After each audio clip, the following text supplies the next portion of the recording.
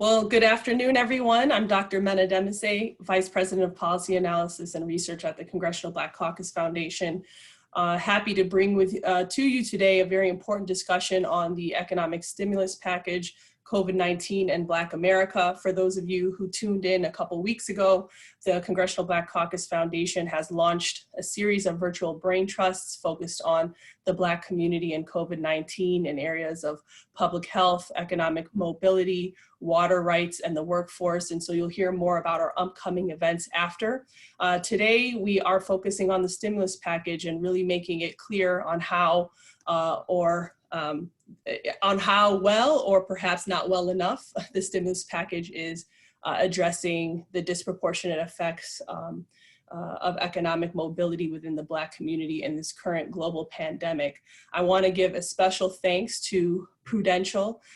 They have sponsored this event, Prudential Individual Life Insurance, and you'll hear from their president, Celine Hitchcock-Geer, later today. We have a jam-packed session for you, and to kick things off, I want to introduce to you someone who's been on the front lines of addressing this impact. You know her well, we know her now well, Congresswoman Terri Sewell from the great state of Alabama. She is in her 5th term and one of the first women elected to the state of Alabama, as well as the first Black woman to ever serve in the Alabama Congressional delegation. She serves as vice chair of the House Committee on Ways and Means, so we know that's very critically important when it comes to the impact of the stimulus and being sort of in the hot seat when it comes to making sure that our issues are addressed. On April 9th of this year, she focused on a $4.2 million in funding for community health centers throughout the Alabama 7th Congressional District as part of the funding allocated by the CARES Act. And so she brings over, in addition to that, 15 years of experience as a securities and public finance attorney. So she comes representing her state and the country and the Black community with a wealth of knowledge and expertise. And I want to turn it over to her to kick it off and let us know what Congress is doing to focus on this issue. So without further ado, Congresswoman Sewell. Well, hi, everybody. Thank you so much for inviting me to join you today. It's wonderful to kick off this CBCF panel on economic outcomes for Black America in the COVID-19 era. Like so many of you, I've been getting used to my new normal at home, and I won't lie, it's been very difficult, but I know it's even more difficult for the families and businesses in my Alabama district and throughout this nation who are struggling to make ends meet. That's why the CBC has been hard at work fighting for our families, our workers, and our businesses. As you know, Congress has passed 4 bills to address the crisis. We have greenlit over $2.2 trillion in aid for small businesses, hospitals, testing for workers, and for our families. But of course, what good are these resources if they're not flowing to the people who need it most? We know all too well in Black America that economically, due to historic and systemic disinvestments in our community, when America gets a cold, Black America gets the flu.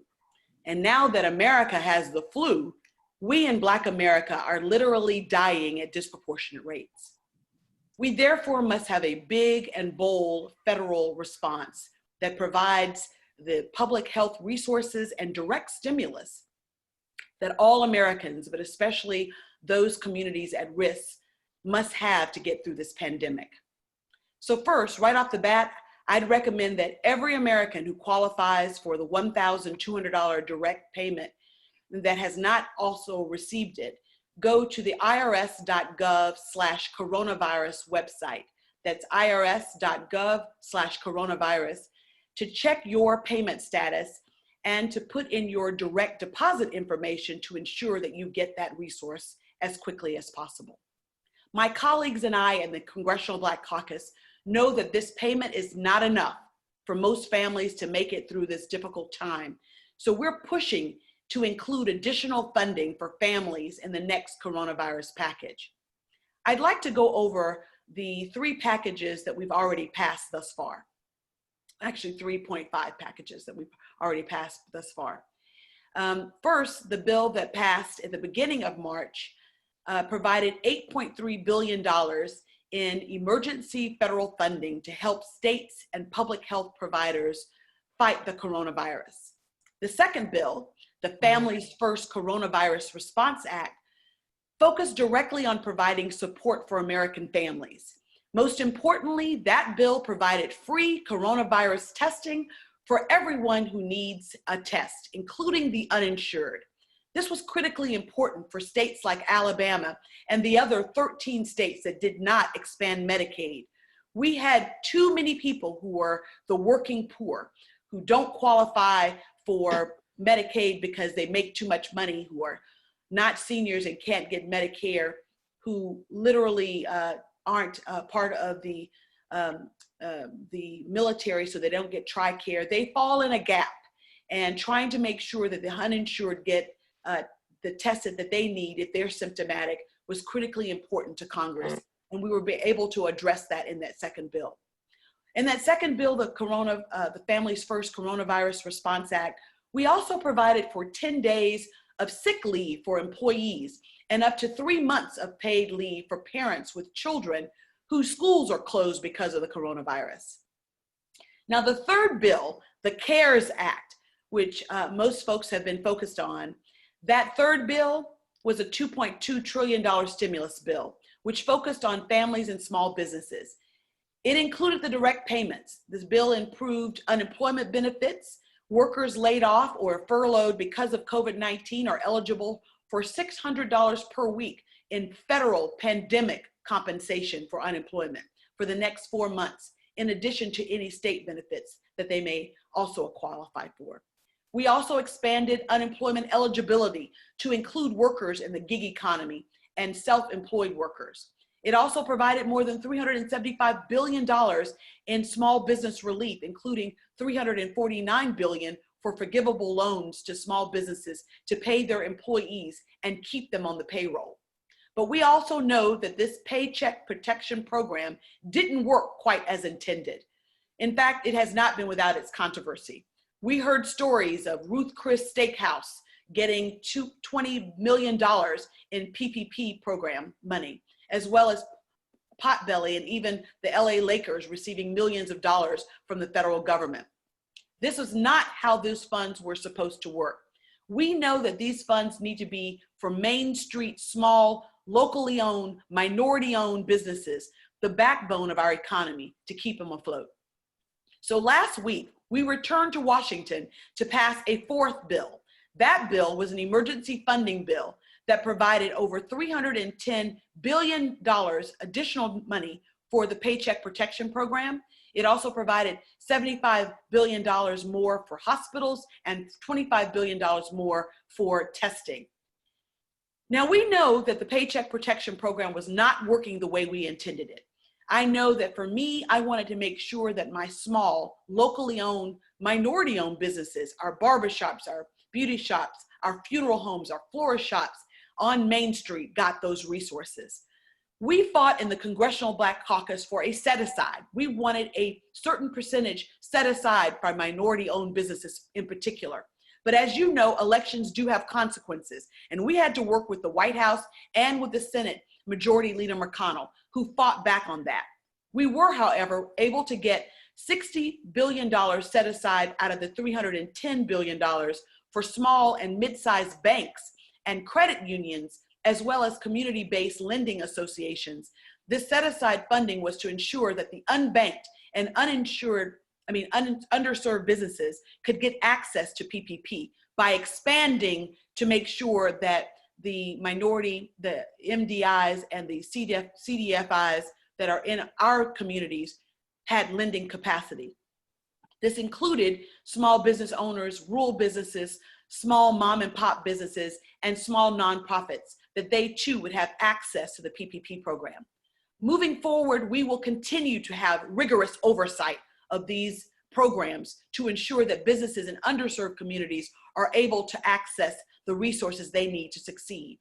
We also know that our local governments, and especially those in rural and underserved urban areas, are under economic stress due to increased spending on public health and significant shortfalls in their revenue. Our communities need financial support, and we will be fighting in the next relief package to make sure that these resources for our towns and our counties are there as well. Now, before I pass it off to the next speaker, I'd be remiss if I didn't touch on the clear racial health disparities that COVID-19 has put a spotlight on. In the past few weeks, we have learned that the coronavirus is killing and hospitalizing Black Americans at higher rates than any other group. In my home state of Alabama, African Americans make up 45% of the deaths and only 27% of the population.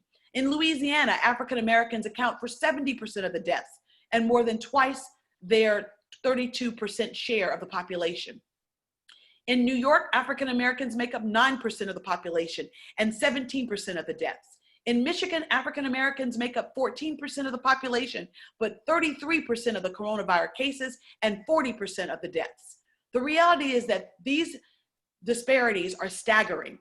They also point to a systemic disinvestment that we've had historically in our underserved rural and urban communities when it comes to health disparities.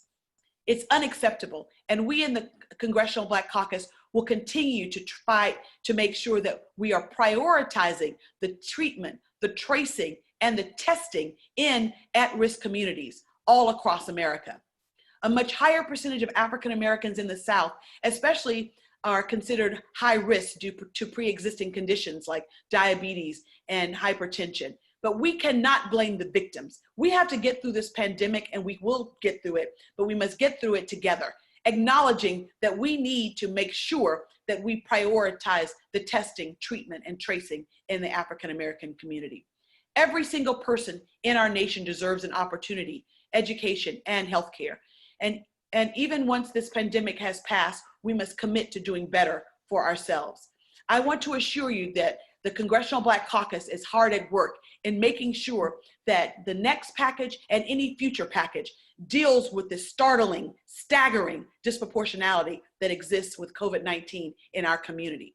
I also want to remind you that in the midst of this pandemic, elections have consequences, and we must also make sure that we're doing everything we can to make sure that our vote is counted in this presidential election coming up in November. Likewise, we must make sure that our communities get our fair share of federal resources that will be determined by our census. So I want to encourage all of you, as we're going through this pandemic, to do all that we can to make sure that our vote is counted and that we're counted in the census. Likewise, I want to assure you that the Congressional Black Caucus is hard at work every day ensuring that African Americans across this nation get our fair share of the resources, the testing, the tracing, the treatment for COVID-19. Thank you for the opportunity for me to elaborate on what we're doing in the packages that we've already passed, but I rest assured we are hard at work with a list of priorities for future packages to make sure that we're addressing the health inequalities as well as the economic inequalities that exist in our communities. Thank you for the opportunity to share with you today. Thank you so much, Congresswoman Sewell, for that overview and for the work that you're doing on behalf of Alabama, the country, the Black community in particular, as well as being a fierce member of the Congressional Black Caucus. There are already questions rolling in on Facebook Live, but we will get to those a little bit later. I want to move on to our next speaker, Dr. Andre Terri. We'll come back. By the way, I should mention everyone, our hashtag is Policy for the People, and you can also, for those who registered, start queuing up your questions. We will make sure we have time for questions later. So turning over now to Dr. Andre Terri, who is a David M. Rubenstein Fellow in the Metropolitan Policy Program at the Brookings Institution. He's a scholar in residence at American University and a columnist for the Hechinger Report. You have seen him before, nationally renowned and respected commentator on race, structural inequality, and education. He's been a regular contributor to MSNBC and has published with the New York Times, Washington Post, The Root. More recently, He is he just is coming out with a book called Know Your Price, Valuing Black Lives and Property in America's Black Cities. He's also the co-author of The Black Business Left Behind in COVID-19 Relief from City Lab. So I want to turn it over to him for his comments. Dr. Perry.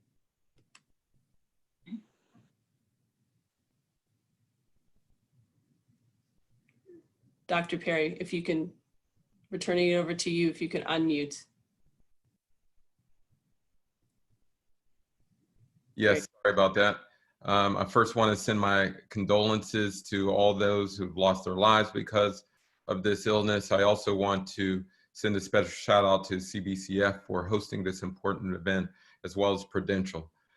First, I want to make a distinction that between relief and stimulus.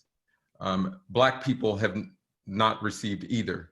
Relief will be dealing with the acute ramifications of COVID. Stimulus would be adding money that you would not normally add to jumpstart the economy.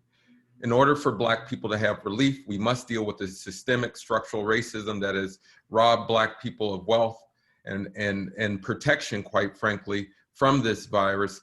Not to make a history lesson, but the people who are better able to withstand the consequences of the virus were bailed, or the descendants of those who were bailed out after the last major crisis of this nature in the Great Depression. Those who could acquire a home, who could build wealth, are more likely to have better outcomes because wealth is a form of protection of sorts. And so I just want to be clear that we have not received relief until we can make up for those losses. With that said, we can do a lot better and hopefully another package that we will have to fight for. In particular, I'll just bring up a couple of examples. We all know that PPP, the Payroll Protection Program, is wanting for Black Americans a fraction of the percent of those who've received it, or African Americans, their businesses are not represented in those who've received relief. And the reason being is that the agencies that deal directly with Black and brown businesses did not get their fair share. The Minority Business Development Agency only received in the first round 10 million of a $2 trillion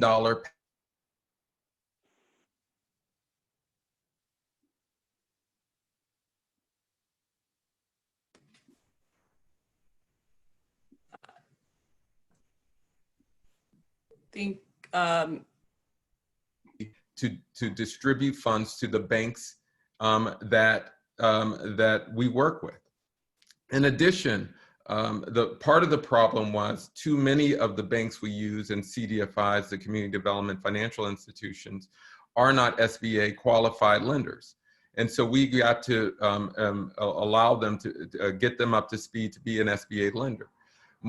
If we're going to give big banks bailout packages, they should build capacity of financial organizations that aren't necessarily built to deal with this kind of volume. So we can see an example of fintech companies and big banks giving their technology to build so that banks that deal with Black businesses and homeowners, we can see a situation where we're building capacity of those institutions.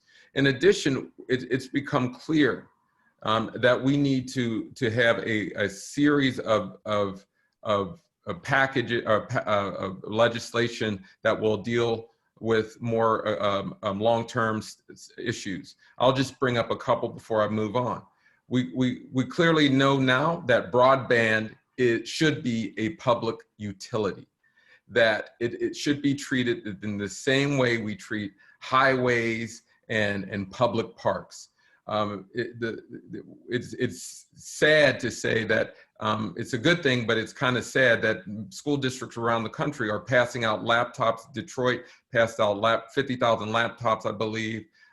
They're putting up hotspots and so that students can learn. That begs the question, why weren't those things passed out before? We need to make broadband a public utility. We also see the need to have a federal job guarantee. The Grubhub workers, the grocery store clerks should have the same benefits as civil servants. They should have, if they're going to be forced to work, they should have the benefits that I enjoy. And so we should have a conversation on a federal job guarantee, particularly during these times, because we can easily federalize those workers and provide them with the protection that wealthy people have. And finally, I'll just mention one other thing. Clearly, this ups the ante for universal health care. Too many people do not have the kind of quality and access that we need during this time. And I don't want to get into necessarily the logistics of it, but a true stimulus package will look something like the New Deal of the past, where we're instituting social safety nets, or we're beefing up the social safety net to propel people for generations to come. So with that, I'll leave it there, and thanks for having me. Thank you, Dr. Perry. Great points, and appreciate sort of the lens through which we should be thinking about sort of broadband and the disproportionate effects of really socioeconomic status. It's the public health crisis, and then on top of that, these added layers of missed opportunities that folks like Congressman Sewell and others have been on the front lines with these racial disparities on all of these indicators we're talking about. So thank you for that. Now I'd like to turn it to Dr. Julianne Malveaux, one of the brilliant economists and labor economists of our time, a progressive and insightful commentator. You've seen her on TV. She's the president and founder of Economic Education. Just recently wrote a book on race, Obama, and public policy. Her contributions to the public dialogue on race, culture, gender, and their economic impacts are shaping public opinion in current day. She serves on the boards of the Economic Policy Institute as well as the Black Doctoral Network. She's the president of Push XL, the educational branch of the Rainbow Push Coalition. The list goes on. And we want definitely to hear from her. What do the viewers and the larger community need to know about the current crisis facing Black America? Dr. Malveaux.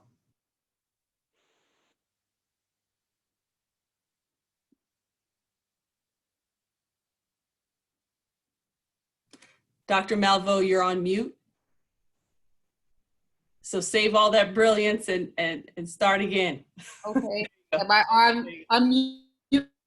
There you go. Okay, Dr. Mena, thank you for your leadership. Congresswoman, thank you for your comments and for your work. Dr. Perry, thank you for your comments, which I very much appreciated. And I think this is really important. People are not really clear about what's going on. And so this is just an important opportunity for people to understand that this coronavirus is every catastrophe that has happened in these United States puts a mirror on the face of our inequality. Every catastrophe, whether it's a hurricane, a blizzard, and certainly this nonsense, and I don't mean nonsense to diminish it, but we should not be surprised that it hits our community harder. 5 weeks ago, I wrote that it would hit us harder before we have the numbers, and one of my editors actually said to me, "You're paranoid." Well, if you're Black and you're not paranoid, you probably have a problem. And so, yeah, I'm paranoid. But the point here is this: from the underlying conditions, diabetes, high blood pressure, lung disease, all those things hit our communities harder. But the thing that I think we're not talking about enough, Dr. Mena, is the impact on our children. I mean, we know that young people are out of school. We know that many of them are being taught, what distance learning, but we also know that there's a huge gap The digital divide is alive and well. Just about everybody has a cell phone. 80% of every community, Black, brown, has a cell phone. But when we talk about a laptop or a desktop computer, there's about a 30% gap between Black folks and white folks. What does that mean? You can't get your lesson on a cell phone. I don't think. I think it's very challenging to get a lesson on a cell phone. And so we basically have all these young people who are being left behind because they're missing months of school. When some cities, some predictions have said we're going to get back early, but I really, with what it is, I think it's really challenging to say, are you basically kept equal? They were never equal before, but becomes more unequal. So every gap we ever had, a gap, the wealth gap, the income gap, all these gaps are widened because of the coronavirus, because I won't say we didn't pay attention, but basically this has not been a priority. Now, I love my Congressional Black Caucus, love Congresswoman Waters, who has put some things into the legislation to make sure that minority business get what they're supposed to get. But you know, this is when Potbelly and Ruth Chris can get money, the baby with the beauty shop can't. We're really saying that we're not interested in these businesses that belong to us. And so we really need to deal with much of that. And we really need to begin to talk about, I think that our African-American legislators have been talking about it all along, but now we need to put some steam under them and say, this is nonsense. Everybody is being affected by this, but Black folks are affected harder and getting less. Now, the last point I might make, unless I can make some more, but the last thing I might say is that let's look at who are considered essential workers. These are people of color.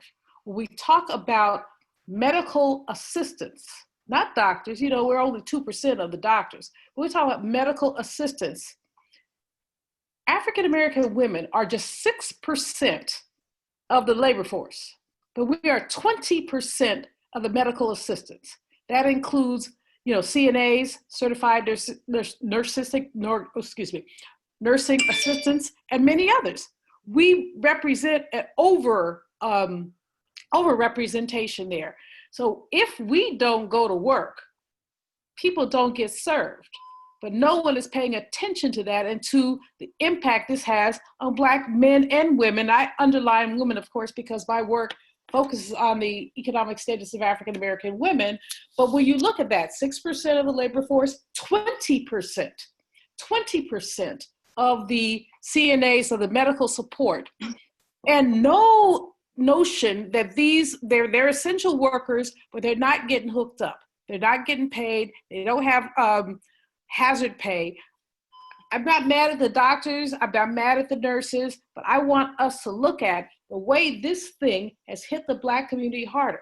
And then when you look at all the service occupations, let's look at bus drivers, let's look at all the service, food service, this hits us hard.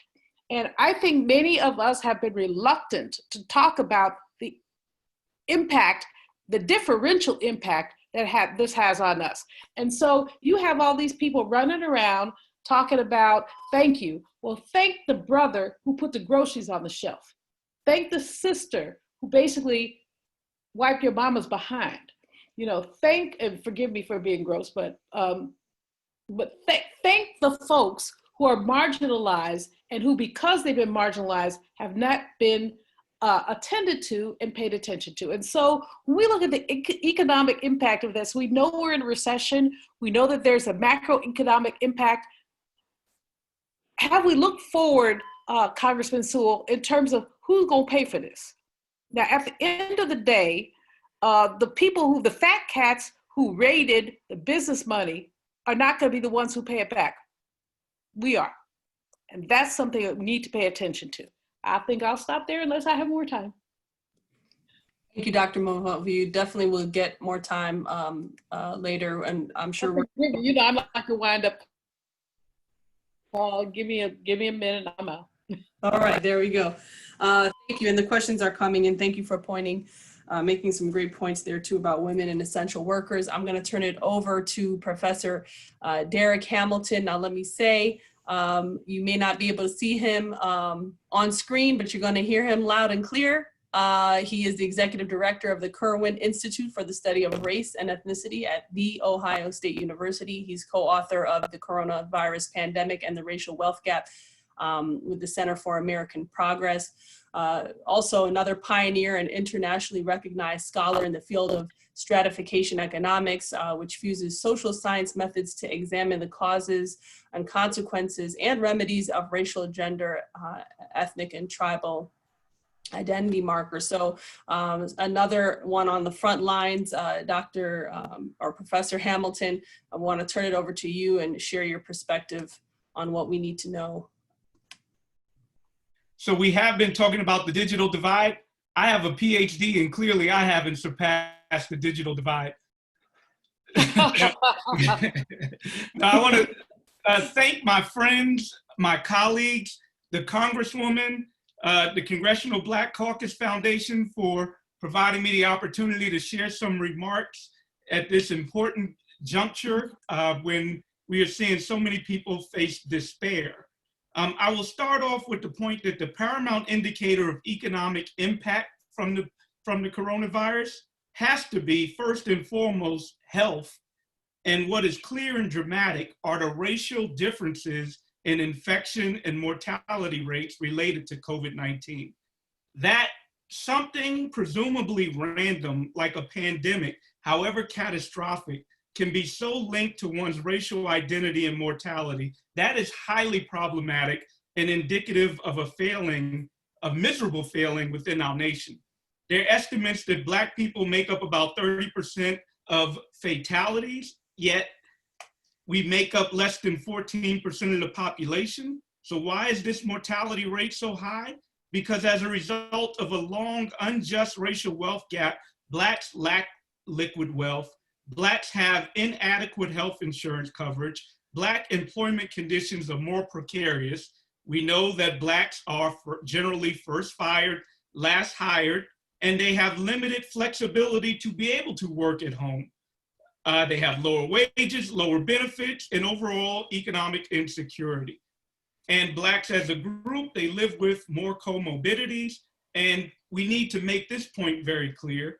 These comorbidity rates are the result of lack of finance, inadequate medical coverage, poor living conditions, as well as larger environmental degradation. Rather than putting fault and blame on behaviors and attitudes, we know that there are structural issues that have led to these higher comorbidities in the first place.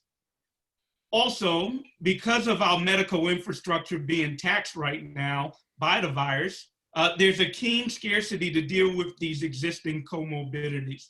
And we all know that when the economy picks up, Blacks will generally be the last rehired. The only way an increase in inequality and racial disparity does not occur as a result of this crisis is if it spurs on the implementation of a new political economy and long-term structural policy change. In other words, if the vulnerability made vivid by COVID-19 can lead to a political change towards an economic rights frame, then we can stave off inequality and promote a moral and just economy that assures and promotes a shared economic and physical prosperity for everyone. An anti-racist economic bill of rights would not only make us better prepared for the next pandemic, and there will be a next pandemic, better prepared for the next climate-related catastrophe, better prepared for the next economic downturn, it would also address everyday vulnerabilities that people have to live with, whether or not we have an economic calamity like a pandemic. An economically just system is one where everyone has access to the adequate resources and amount of these resources with regards to essential goods and services so that they can have agency in their lives. COVID-19 has made it clear that even the most affluent amongst us are vulnerable Indeed, the British Prime Minister was in grave conditions not too long ago. Royalty are subject to coronavirus. But when this subsides, hopefully we will ensure that no one lives with despair and vulnerability, again, regardless of whether we're in an economic crisis. Also, I hope that COVID-19 teaches us that there's steps we could have put in place so as to make populations identified by something as cursory as their racial identity, how we can make that population not so vulnerable. Inequality and despair are political choices. They need not be our destiny. We have an inadequate social safety net in place, and that has been in place for at least the last 45 years. And that is the result of decades of deregulation, lower taxes on the wealthy, and gutting government services and social welfare programs. Because of our neoliberal free market framing, austerity framing, emphasis on economic growth, even if it means opening an economy when we're not ready to and putting lives at risk, that has been a lot of our problems that exist today. Currently, the policies that have been enacted, they've been stopgap measures with the intent to maintain a subsistence. And even with this good intent, using our existing structures, as has been pointed out by some of my colleagues, you very well might be enhancing inequality. For example, using banks as intermediaries to distribute SBA loans. Well, we know that Black businesses, because they're undercapitalized and because of existing relationships with banks, are less likely to have a direct account with a bank, line of credit with a bank, the way some other businesses are. And as a result, they're prioritized much lower in terms of having access to this line of credit. We know that even the Treasury sending out the $1,200 income supports to Americans, if you didn't have a direct account with a bank that was linked to the IRS, well, chances are you might not be getting a check until deep into the fall of next year. So this is a problem. We don't have to use banks as intermediaries. In the 21st century, America should ensure that everybody has access to quality banking services, such as a basic need as an account. That becomes a critical basic need. I want to point out also that a bill being considered right now to keep workers in place, I think is also critical. So, it's a lot cheaper to avoid unemployment at this juncture by keeping workers on the payroll than having workers get unemployed and then when the economy picks up, having to pick up the unemployed again. But ultimately, what we need is a 21st century anti-racist economic bill of rights. We need to get rid of banks as intermediaries in the distribution of critical goods to the American people, such as finance, for things like being able to have access to a stimulus bill. In other words, we should ensure that every American with public banks has adequate banking facilities. We need to federalize credit scores. We shouldn't have something so determinate on one's ability to access finance determined by a for-profit proprietary sector. Indeed, credit scores are being used for things other than access to finance, including getting a job. It should come with the accountability that comes about from being elected to a political office, as well as the transparency of government. As Andre pointed out, we need a federal job guarantee. We need to literally eliminate the threat of unemployment, ensure that we don't have the oxymoronic state of working poverty.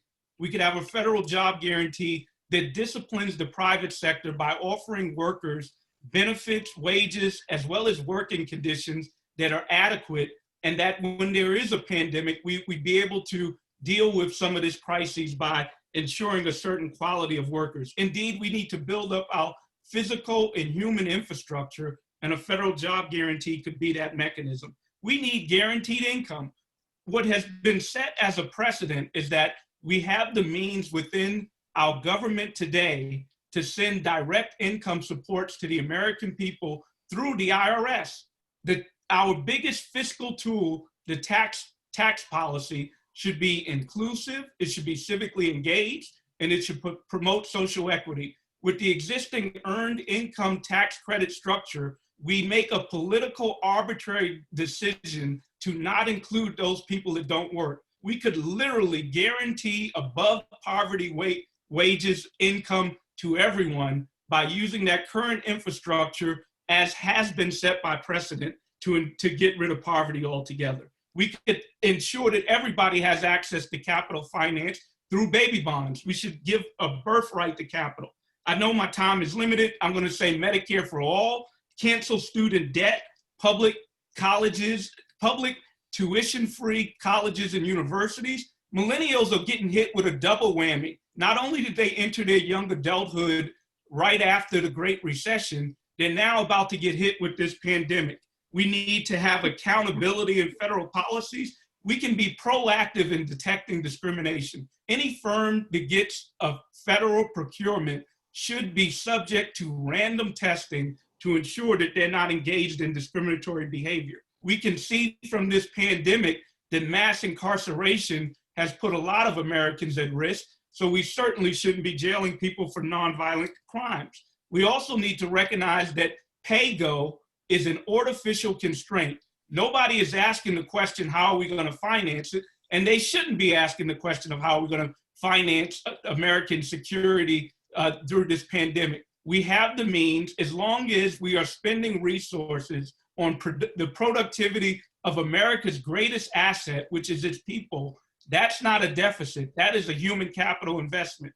And then, again, I think my time is running out. So what will I conclude on? I'll say that we have made a moral and human decision to literally halt our economy in order to save lives.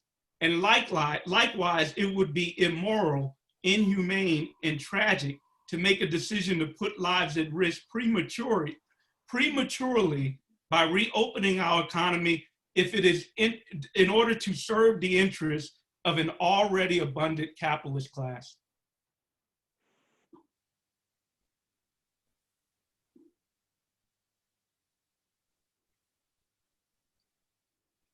Thank you, Professor Hamilton. Very well put. I was a little flustered there with the points because there are so many questions and feedback from everything you just said. Folks like Hector Gibao saying, you know, let's have a conversation about all the preventative measures you just put forth. Yvonne Hinson talking about, do we need set-asides, specific set-asides in the stimulus focused on communities of color? Should we just you know, that we sort of address this proactively. So I want to keep that top of mind for the panelists as we, you know, get closer to the discussion. I mean, what do we do about this? How do we proactively push this forward? I appreciate Professor Hamilton's comments too about things that you would normally think are completely unrelated, like a federal jobs guarantee, right, to the global pandemic, or free college, you know, opportunities for sort of public free colleges and universities. You know, these are things that have always been top of mind for our communities way before this pandemic happened. And so, you know, there are things that we can do when we talk about combating the public health crisis that has to do with everything from your school system to coverage for child care workers. I mean, things that don't typically come to mind. These are the communities that are hit the hardest. So there are a lot of questions also focusing on the business side of things, which segues quite well to our last speaker before we get into the conversation. As I mentioned, Celine Hitchcock-Geer is the president of Prudential Prudential Individual Life Insurance. They're the sponsor for today's event, and we're very happy to have someone on the business side who can speak to what they're doing and how they are providing relief. Prudential Individual Life Insurance is a business unit of Prudential that offers competitive solutions to meet the needs of consumers through the manufacturing and distribution of a diverse portfolio of life insurance products. Celine comes with more than 30 years of experience and joined Prudential in 2017 as the Chief Operating Officer of Prudential Advisors, the company's national sales organization with more than 3,000 financial professionals. So she was appointed president of both businesses in 2018. She currently serves as president, as I mentioned, and also the director on the Women's Presidents Organization Advisory Board. So you heard a lot, President Hitchcock-Geer. I want to turn it over to you for your perspectives from of the stick here. What do we need to know? What do businesses need to know? What is Prudential even doing to weather the storm? Well, thank you. And Dr. Mena, you'll appreciate this as a fellow Wolverine. It's awfully hard to follow someone from Ohio State, but that was rousing. So I'm good today. And looking forward to getting questions in with you on the panel. So first of all, I just really want to say what an important topic for us to be engaging in today. And there are so many issues. I think Dr. Hamilton laid out sort of the weave that we have here of the things that are so complex and in front of us, but there actually are some solutions. So I hope to bring some of these to the table. And first, just start by saying that Prudential as an organization is housed in Newark, New Jersey.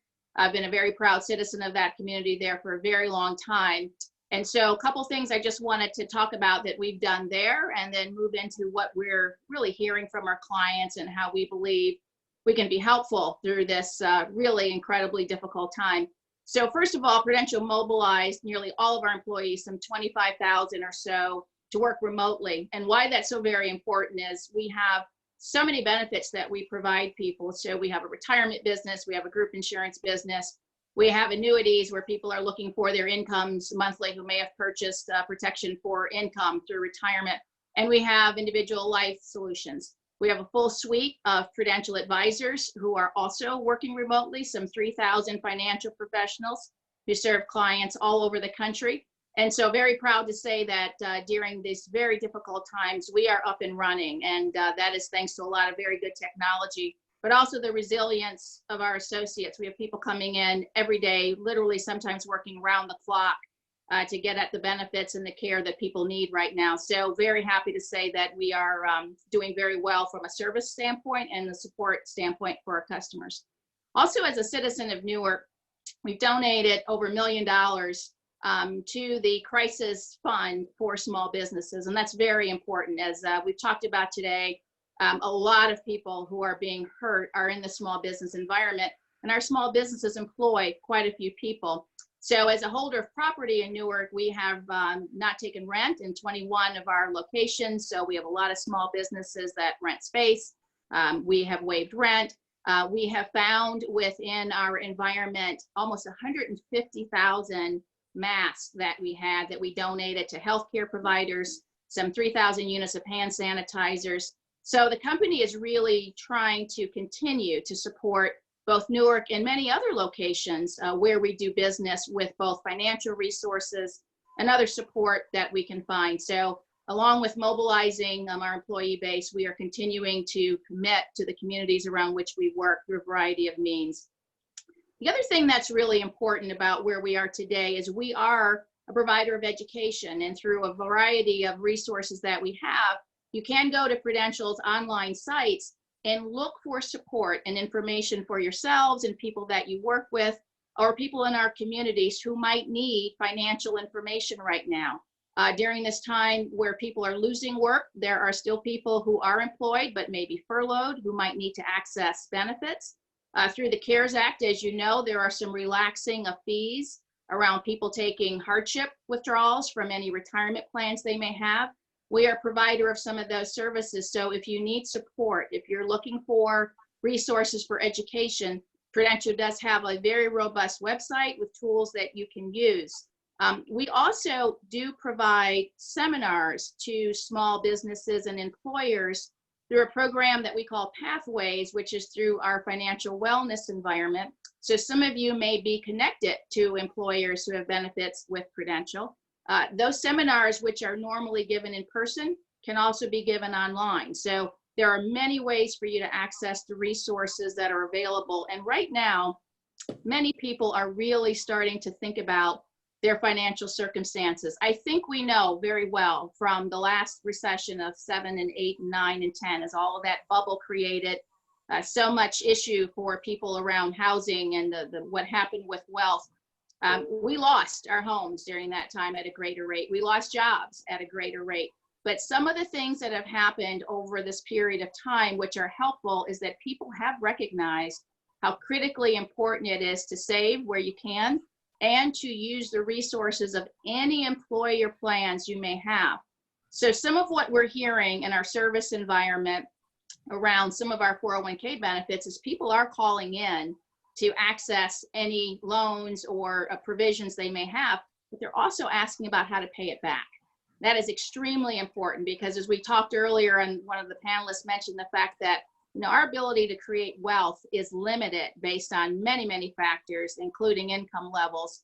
One of the best ways to get ahead is to use the resources that any employer may provide toward your retirement savings. So first, understanding that people are aware that those plans are important or critical, but also that you manage that wisely, very, very important. So in times of hardship, any savings that you might have that you can access now, given the provisions that are out there, very important to do so if you need to, but also to think about how to return those funds. And it's very good to hear from our call centers that that's actually happening. The other thing that we do around our organization is we also provide a lot of services to small business owners, whether it's through financial planning or other services. And as we think about this environment in particular, there are many things financially that are important, but probably one of the single biggest factors for success for a small business, especially during times like these, is whether or not our businesses have succession plans. We have some 2.5 million small businesses in America owned by Black people. If we do not have clear succession plans, many of those businesses beyond this crisis will not survive. A lot of things are happening to people on a regular basis, but during this COVID crisis, we are going to find that as people have to get more support and more resources, some of that may be around business continuation should an owner get sick or a key employee member get sick. So how are you thinking about continuing your business and having a strategy? Because you employ people, right? One of the things that we know about small businesses is they are a great employer across the country. So really want to be mindful of that. And as you think about planning and opportunities, right now, while some of our businesses are closed, it's very good time to start thinking about some of the things that you may need to do. And also thinking about any benefits that you as a small business owner might actually offer to your employees or to people who work for you. One of the things we didn't yet talk about on this panel is the severe mental health impact that the COVID-19 crisis is going to have. Employers like Prudential with very large benefit reaches can offer assistance to people who need mental health support, but so can some small businesses as well. If you just reach into your communities and think about services that you could extend. And sometimes it's just a matter of making sure your employees know what's available, even if you yourself do not have such services on your platform. So I think that's one of the issues that we need to think more about as people are dealing with such high levels of anxiety, fear. We know financial stress is a huge contributor to health and wellness. Right now and through the next few months, possibly this is going to continue. So very, very important for us to continue that conversation and think about ways that we can provide support and services. The other thing that's really important is we think about what's going to happen here and the fact that we do have some resources coming in from governments and otherwise, whether it's loans through the CARES Act or these $1,200 and other payments that might come. We have to help people think about what to do with that money wisely. And the first thing that we all know is using other people's money can be a great advantage. And so right now, as you think about extra that might be available to help you with the day-to-day, you have to make sure you understand what other benefits are around you. So as your state or local community provided a way for you to have relaxed rent standards, we know many utilities are not going to collect payments. We know that many water, electric, sewer sources are not going to shut off services if you don't pay them. So when things get really difficult, and now times things are going to get really difficult, you've got to make sure you really understand your budget, what you have to pay, and where you have to then dedicate resource, and what things you might need to extend. Prudential's done a lot of research over the years, and through a recent study, we know, and you've probably seen this statistic in other areas, a lot of people cannot afford a $400 crisis, whether it's a car repair, or any other item that might cost a little bit of money, a lot of people have to go borrow from friends and family. $400 doesn't sound like a lot of money, but when you think about maybe having $1,200 that might come to the rescue, when you think about that, that could be significant. So any sum of money that is out there and available that you get your hands on, first and foremost, you have to understand where to apply it first and really think carefully about what other resources there might be for you to take care of some of those basic things, and then think about where that extra money can be used. We have a lot of disparity between our age groups. So someone mentioned the millennials. Millennials are a very different demographic than older people who might have more resources, who may have saved a little bit more for retirement or other areas that they can draw from. Many millennials still live at home. Many millennials do not have benefits. And so the fact that there may be some additional resource right now to take care of basic needs is extremely important. So we also need to make sure when we're talking about these issues that we deal specifically with the environment around which individuals are coming at this from. And it's going to be vastly different between whether or not you're a student, just got a job, or someone who's a bit older and has gathered some resource. So, you know, most advice is dependent on where you sit.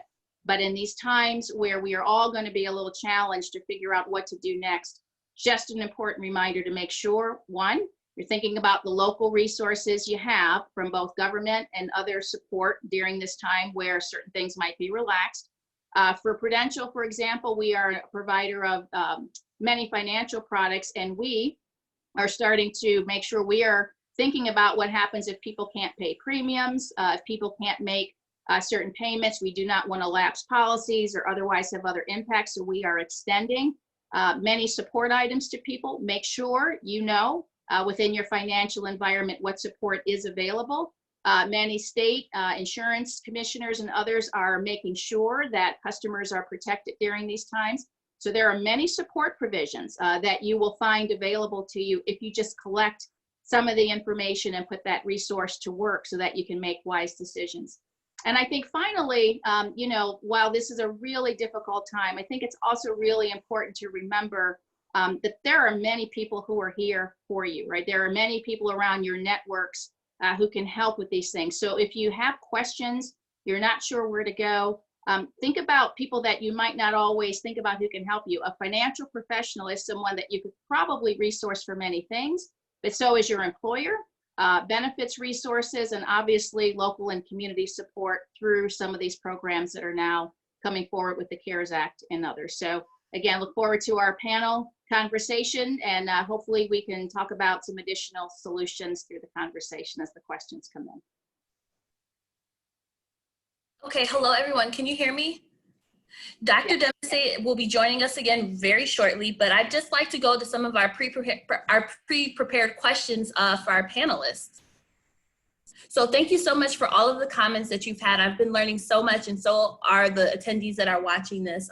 Our questions are packed right now, but I'd like to first ask, do you think the CARES Act will adequately meet the needs, the financial needs of African Americans who do receive the assistance? And more specifically, how do you see eligible African American families using their assistance from the CARES Act? So whoever wants to take that first, Congresswoman? I can start by saying I don't think that it's going to be adequate. I think that, as Dr. Perry said, there's a difference between relief and stimulus, and both are inadequate in order to address the needs of African American communities. I have to tell you, though, as a lawmaker in one of the branches, thank God we went to the polls in 2018, and the House is now a check and a balance to the Senate and to the White House. We are limited in our ability to get the kinds of policies that have targeted set-asides for minority businesses, for minority families, and the minority central workers, the way that we really would want in any policy that addressed us. So I think it's clear that we are not, that the packages that we have put together are not going to be adequate, given the fact that we're going to be in this new normal until we find a vaccine or therapeutic treatment, that we're going to have to continue to provide additional relief and stimulus to the extent that we can to all Americans. And that this pandemic only spotlights the systemic disinvestment in our communities. And what we're trying to do is to address those through the policies, but at the same time, remember that this public health crisis is about saving lives. And our lives we're losing quicker than white America because of the devastating effect that this virus is having on African Americans in general. So I know that we have to do more than the CARES Act. I look forward to hearing and have been writing down the wonderful ideas that are being talked about on this panel. We know that we need to have more resources for tracing, contact tracing, for treatment. We have a policy, we provided in one of the bills free diagnostic testing, but so that anyone who's symptomatic can get tested. But we also know we have to get free treatment because we have too many people who are uninsured to be able to get treatment if they are found to be positive. So there's going to be more coming down the pike. I'm taking rigorous notes. I know that we in the Congressional Black Caucus are laser focused on trying to provide targeted assistance to our families and our workers through this system. But we also know that we also have to work within the legislative process, which includes a Senate that's controlled by Republicans and a White House that's controlled by a person who doesn't even want to try to figure out a coordinated federal response. That's what we need. We need leadership. We need leadership. And so where there's a void of leadership, lots of chaos can step in. But I want to assure you that there are many of us in the Congressional Black Caucus, all of us, that are focused on trying to provide that leadership and that guidance. Thank you. Thank you, Congresswoman, excuse me. Dr. Dempsey is back on and she will take over with moderating. Yeah, thank you all. Sorry for the technical difficulties. They're very real. Before we take some more questions here, I want to get back to a point that Professor Hamilton raised, and some folks, our viewers, are asking about set-asides. So what we know about the stimulus package is we're talking about direct payments to eligible taxpayers, expanding unemployment insurance. I believe the Economic Policy Institute says we need about $500 billion by the end of 2021 in order to actually meet the needs of those who don't have jobs. President Saline talked about expanding sort of lending for businesses and local governments, and that is in this bill. But this particular piece around the given inequities we know exist, do we need to have a targeted approach to vulnerable communities, specifically minorities, so that when, that's why we had these 4 iterations of the stimulus package and we ran out of the Paycheck Protection Program money. So the set-aside piece, Yvonne Hinson raised this, one of the viewers. So Professor Hamilton and others, can you speak to whether that is something that needs to be taken into consideration moving forward as we see even the aftermath of this crisis? What do we need to do? So I'll respond with a few points. The ultimate set aside is a reparations program. And a reparations program, aside from addressing some of the inequities, ultimately, if America is ever going to get beyond its race problem, we need to grapple with our unjust past and be able to really understand the links to resource deprivation that were implemented by government policy. So government complicit deprivation, exploitation, and extraction. And then we would need to respond with not just an apology, because it would be empty without redress. Mm-hmm. So to me, that's the ultimate set aside. But to really hone in on the question, I'm certainly not opposed to set asides. I'm for set asides. But I think an alternative approach that might even be better is to think about a rights framework, where you literally eliminate some of the problems that exist, like literally eliminate poverty, literally eliminate involuntary unemployment. So with a rights framework, what it does is it says, well, we've had political rights, we've had civil rights, but all those things are not as relevant. You don't really have choice if you're hungry, if you don't have a home, if you don't have a job, if you don't have capital. So with a rights framework, we ensure that the public provides an adequate amount of quantity, quality, and access for goods and services that are so critical that without them, people really do not have agency. And this is not socialism or capitalism, this is adequacy. And then one other thing that a rights framework does, and again, this is not in opposition to set aside, but this is what I believe something even better. What a rights framework does is it removes stigma. We all know at universities who the financial aid students are. If you had free public tuition, if you didn't pay for tuition at the point of delivery of education, that stigma associated with not having finance would be removed.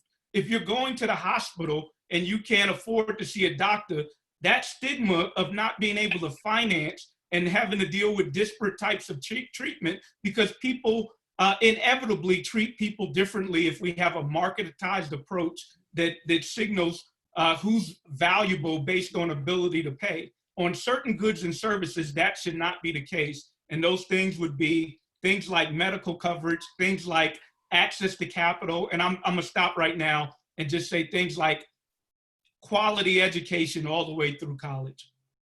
Can I add to this? I want to just jump in on this.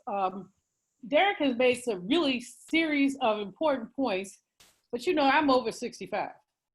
What that means is that I'm a pragmatist. What that means is that while I completely, thoroughly, and utterly agree with Derek, I want to talk about the steps to get to that.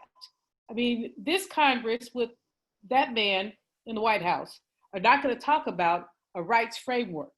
What we need in the medium run or even the short run is to talk about targeting. Targeting, there's nothing wrong with targeting. What it really means is that you're looking at the communities that have been disproportionately affected and looking at ways to basically make them whole. We've done that with the airline industry. We've done that with hotels. I mean, when you look at the fact that Boeing, who messed up the 737s and killed people, is gonna get extra money, we know how to target except when we're dealing with Black people. So I don't have a problem. I would love the blue sky view that Derek, my buddy and my friend Derek has put out there. He's absolutely right. But I think that what I look at is the medium run, because the long run is not going to happen, not even if we get a Democrat as president. The whole notion of targeting or even reparations. I testified at the reparations hearings on Juneteenth of 2019, and even Democrats were very nervous about that. So let's just start with looking at who has been disproportionately impacted and how we can make them whole. Just like debates, when you get called out by names, you get a quick rebuttal. So of course, I would not classify myself as unpragmatic. I think there is a pragmatic approach to bring about this economic rights frame, and that we certainly should be approaching it. Of course, I led off with, I'm not opposed to certain set-asides and structures that way. But to be earnest, even this last Congress has done things that are unprecedented. We all agree that the CARES Act is inadequate for the calamity that we face, but this is a Congress that just literally sent checks out to the American people. This is a Congress that literally expanded unemployment to include gig workers. So this notion of we can't, I think we need to build a political movement, obviously, and I think that political movement has to be grounded in our collective humanity, morality, but these things are not so pie in the sky. These things are in our reach, and the notions of scarcity and not being able to get them done sometimes constrain us at the outset from what we need to actually bring them to fruition. I'm going to jump in here. So basically, I'm looking at the pragmatic piece of this. I agree with you, as you know, 110%. But I also understand how white people work. Let me just call it that, like how white people work. And basically, when there's a target to our community, it ain't happening. It ain't happening unless we begin to build allies and make a different kind of case. So, you know, yes, let's have free education. Don't forget the HBCUs. Let's have access to healthcare. For the medium or short run, what are we going to do about the sister who is basically at a hospital and can't get basically a test? All right, I'm going to jump in here. I just wanted to say that I actually think we don't have a choice but to work on the immediate and the long term simultaneously. I'm just going to throw a few stats at you. We know that Black entrepreneurs are denied bank loans more than twice as often as their peers, 53% to 25%. We know that those people pay higher interest rates on average than their white peers, 7.8% to 6.4%. Why is that? And why? It's because largely Black people did not have access to home ownership. The homes that we do own are devalued. You know, I write a lot about the devaluation of Black housing and how that robs Americans of 156 billion in equity. So even if we do provide relief in the short term, those realities will exist for the next inevitable crisis. And so I agree that we need to be pragmatic, but even if in pragmatism, if we solve things at the fringes, Black and brown people will be in the same position we are in today. And so that's why I believe that Derek and Dr. Malveaux are clearly both right here, but we have to mobilize and organize to deal with the structural inequalities again, or we'll be living with them again. So I think we just don't have a choice but to work on these issues. It's an interesting comment because we have folks like Pamela Jasper here who's talking about, as we talk about how to accountability, so how to ensure it gets to the right people.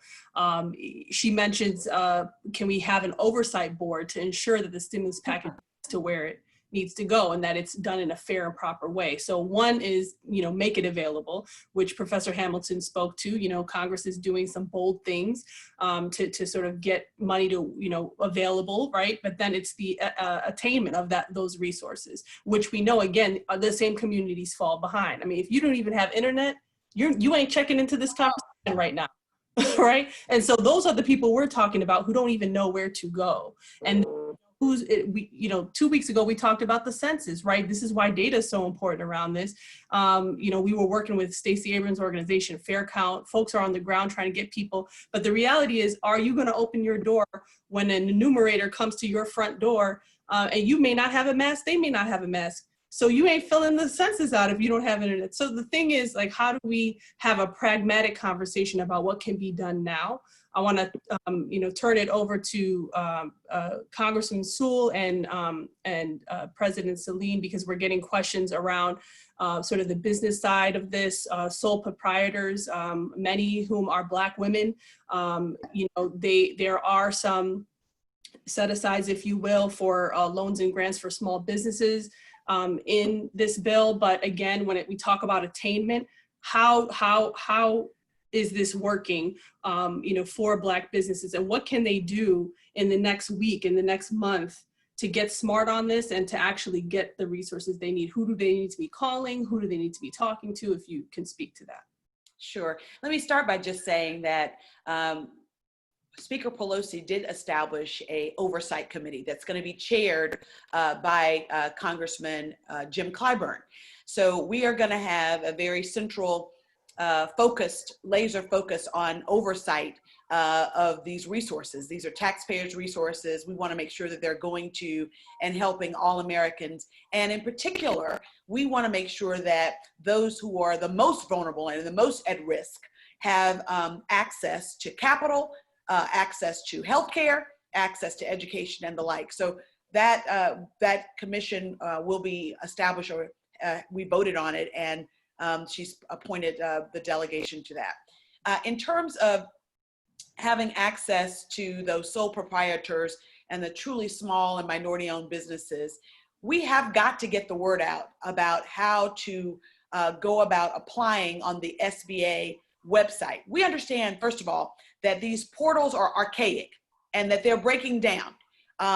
And so this is government. It's not it's not as efficient or as effective as we'd like for it, but this is the process. So it's critically important that we have making sure that our minority resource centers are helping to advise small and minority women-owned businesses to get their paperwork in order once they get on that portal, that they can make their applications known. Secondly, Maxine Waters fought very hard in this last package. The reason why we took 10 days to pass this last package was because Mnuchin and Secretary of Treasury Mnuchin and Senator McConnell, they just wanted $250 million more for PPP. They just wanted that. We wanted to figure out a way that we can do more targeted and address the fact that we have these sole proprietors that your questioner asked. We have these 1099 contractors. We have these small minority-owned businesses that are not getting access. And we asked for targeted funds for that. What was ultimately decided was that they were going to give $60 billion reserved for lenders who are more in our communities, these community banks, these minority depository institutions, the CDFIs. And what we said to them is, okay, do that, but you also have to realize that these institutions are trying to compete against these major banks that can en banc, put 5,000 application ins like that. So what can we do about that? So what you're seeing is that they're allowing time frames where these truly small-owned lenders, the minority depository institutions, that they can get their applications in. We saw that yesterday between the hours of 2 p.m. and midnight. The only applications that they were going to receive for this SBA was going to receive were for these truly small-owned lenders to get to them. Not perfect. Look, it's not perfect. But what we have to do is we have to be prepared to access and play in the arena that we're dealt with. We're going to do all we can to get more truly targeted set-asides. But in order for the minority business owners to apply, and we did relax those standards. We said 1099 independent contractors, they can apply. Self-employed can apply. So we have to get our resources and we have to be able to tackle that and make sure that we're doing it. Yes, Congress can be bold. And in fact, they have been bold, as was suggested. The fact that we even have a federal mandate for sick leave, and it's paid for, a federally mandate, that is a huge coup in getting our foothold into having paid family medical leave, which ultimately I know is a goal for so many of us to have.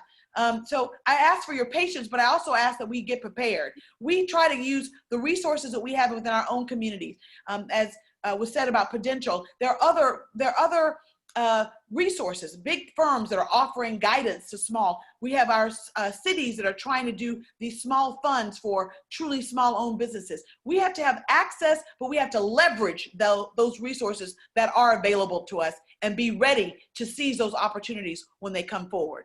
We're going to get some more money for PPP and for for SBA loans. Let's get our applications in. Let's get them in. Be in the queue. Great. Well, Michelle Greer, I hope that answers your question. President Celine, any comments that you might have in response to what the Congresswoman just said? No, I think that's exactly right. Resources are key. And the other thing, just to build on the general theme here is we have a lot of policy work, right, that's going to be happening and needs to happen. But the other thing that we also have to make sure that we know as a community is when we get hit really hard with these kinds of issues, it does really fall back to the issue that we don't generate wealth at the same rates. And so we have to do things that help us generate wealth. Between 2006 and 2017, Black people lost 48% of net worth because primarily during the Great Recession, when you lose your home, you lose your equity, you lose the very basis of your wealth. That does not rebound. During that same period, if you'd saved a little money or had a small investment, a lot of folks do not work with financial advisors. And when markets go down, people sell their assets. And so what you're doing is instead of having some resilience to work through that period, you're actually losing the money that you invested and then get very, very afraid about putting back money into the market and actually having any kind of investment basis to grow. So during that time period, we saw many things that destroyed wealth. The only way to get it back is to start to do the things that from a policy perspective help to put a foothold back in. But as individuals and as small businesses, that you take the steps that you can to help yourself and your employees, if you're a small business owner, get a foothold back and keep working. Even small steps make a huge difference. When you put money away, if it's $5, if it's $10, we all know how we tell our kids to get that piggy bank going. Anything that you can do to start to build back that wealth environment is helpful. You know, again, you think back to something as simple as not being able to respond to an emergency. Certain things we're going to have to figure out while the policy work is underway, things we can do. So utilizing your financial education tools, starting small, trying to prepare for emergencies as you go, thinking about how to network around your community resources, especially now where there's so much give opportunity, right? Between larger companies, banks, and other things. Doors are opening differently. Sometimes we don't walk in, right? We need to take better advantage of what's there right now and allow for some of these really good policy ideas to take shape, but that may take a little bit longer. Great. Thank you. Go ahead. Sister Celine, I love what you're saying, but I need to just inject something, which is that if Black people did everything they were supposed to do around financial literacy and financial planning, we still would not close the wealth gap. That's right. The fact, and we need to be really clear about that, because there are people who want to talk about Black people, say, oh, you don't save, or you don't do this, or you don't. If we saved every discretionary penny that we had, we would not close the wealth gap. The wealth gap is a structural outcome of predatory capitalism. And not to say that anybody can deal with this, it's a structural approach. So Congress can't really deal with it. I wish they would, but I don't think they can. But it really does require some revolutionary thinking about the economy. I mean, I think often about what Dr. King said. He says, you know, who owns the oil? Who owns the iron ore? With this world is 2/3 water, why should we pay water bills? And he's really talking about the structure of the economy. And that's something that we have not dealt with, I think, until FDR. And that was what, 60-some years, 70-some years ago? So we haven't really talked about economic structure, which means that, I mean, when I look at capitalism, I often say that capitalism is like a wolf and government is the dentist. And the question is whether the dentist will basically smooth the wolf's teeth down or sharpen them. Under this administration, they have been sharpened. And so people at the periphery have been hurt more. So yeah, we should do the right thing for ourselves and for our families, but let's be clear. Like I said, that if we saved every penny that we ever had eyeball on, we're not going to close the wealth gap. So I think I have an opportunity to respond to that too, in a rebuttal context. So totally agree. I have no dispute around that. What I also know though is, as those of us who get employment, have careers, or have some ability to do more than take care of ourselves, we get asked by family, friends, and community issues around us to do more. So our own personal individual abilities is part of this story around what we have to do to help each other. So there, again, as I said earlier, we can't treat every issue as if it's a monolith, right? We have layers in our community, just like we do in other places. And to the extent that we do have some of our folks who can take advantage of things that can help pull us forward, we need to make sure we are doing that, because we're asked to do things to give back as well, while the things that we're all talking about in this call take shape. So, you know, there are many things that feel like they're big and that you can't just do tomorrow. And some of these policy issues that we need to work through are critically important, but they're going to take a small army of people along with some time to get them done. I never want us to lose sight of the small things that each of us can do along the way, because we have more obligations sometimes than just ourselves. And the things that we're talking about to try to end round some support around our communities requires all of us, even those who have a little more capability. And go ahead, Dr. Perry. There is a long-standing narrative that the state of Black cities and neighborhoods are a direct result of the individual choices of the residents in them. And you see that being played out when we're talking about exposure to coronavirus. People looked at medical conditions, individual medical conditions, as a way to say, if you did not drink this, if you did not smoke that, you would be, you wouldn't be as vulnerable. The same is true with the economy in this regard. That we constantly talk about the state of Black America as a reflection of our individual choices, when in fact it's a reflection of the inequalities. So what I've been saying to advise individuals who call me is to say, hey, we have got to put a spotlight on the structural issues at this point. Clearly, the COVID-19 does not discriminate, but our past policies have. The reason why I'm not as enthusiastic about the current relief packages, because they still operate under the same frameworks, the same processes, the same agencies that were built around this same narrative that Black people are causing their own depravity. So for me, I always just want to, and I say all the time, there's nothing wrong with Black people that ending racism can't solve. The reason why I say that, not because I don't think we need financial literacy, any more than white people need financial literacy. And I know that's not what Celine is saying, but we need to remind ourselves that whites established wealth and protection, not because they were smarter, not because they had any greater insight, but because policy worked for them. This, like the Great Depression, like the housing crisis, is another opportunity for policy to work with us.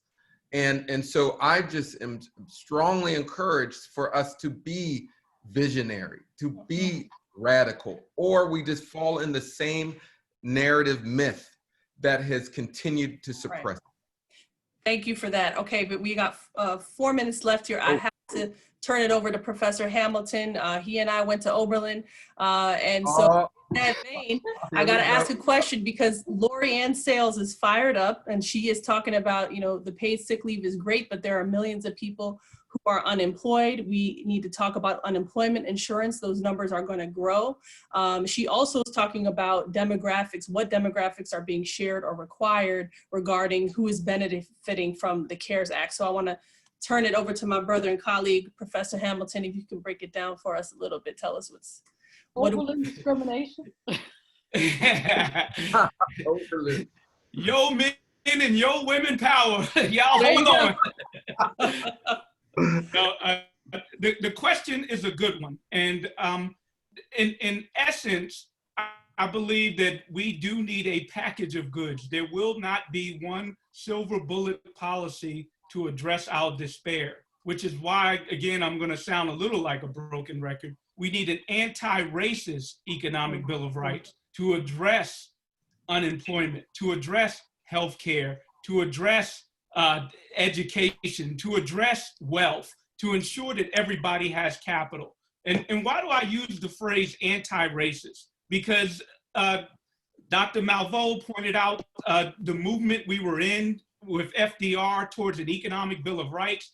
FDR recognized that that was the next iteration in a more perfect democracy.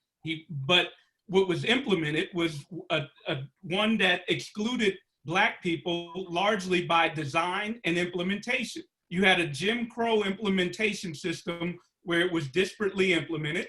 And then you also had design where things like if you were a domestic or agricultural worker, and Black women were about 90% in that category, and Black men were over half in that category, you couldn't get Social Security. You were not covered by the Wagner Act so that you could collectively bargain.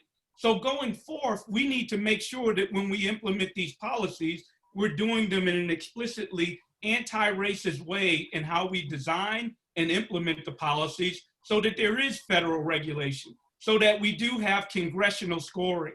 We can score policies based on what they do to the federal deficit. We can score policies on how well they include certain populations or not. These are all political choices that we can make. And then, the last conversation, we had a lot of conversation about wealth.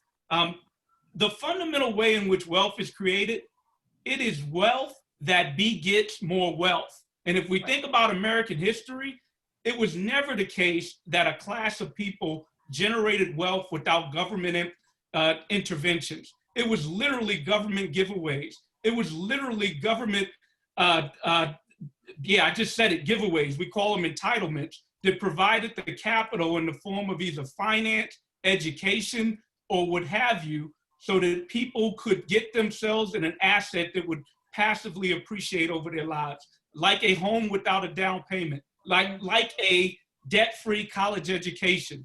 That was the way we generated wealth. And what is good about this moment, and I know I'm running short on time, Yeah. if one thing can be made evident, and that is public power is immense, it is strong, and it really can address this despair that we face. And that is what the other side is afraid of.